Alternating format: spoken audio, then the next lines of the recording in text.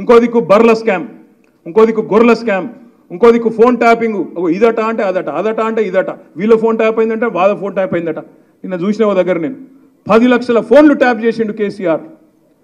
చేస్తే గీస్తే ఒకడో ఇద్దరో లుచ్చగాళ్ళ ఫోన్లు ట్యాప్ చేసి ఉండొచ్చు, నాకెమెరిక కానీ చేస్తే చేసి ఉండొచ్చు దొంగల లంగలి. ఎందుకంటే పోలీసుల పనేది. ఎప్పుడైనా నేను చెప్పేది, నేను నమ్మేది ఒకటే, మనం ఎన్నుకున్న ప్రభుత్వాన్ని చూసి మనం భయపడాల్సిన అవసరం లేదు. మనం సంతోషంగా పోయి చెప్పుకునేటట్టు ఉండాలి మన నాయకుడి దగ్గరికి. గత ప్రభుత్వం ఓట్లేసి గెలిపించిన ప్రజల్నే భయపెట్టి పోలీసులు కేసులు పెట్టి ఫోన్ ట్యాపింగులు చేసి ఎవరు ఏం మాట్లాడుకుంటారో, ఎవరింట్లో భార్య భర్తలు మాట్లాడుకున్నా వినాలన్న దుర్మార్గమైన ఆలోచన గత ప్రభుత్వం చేసింది. ఆయన మాట్లాడుతుండే కేటీఆర్ కొద్దిమంది విన్నామని.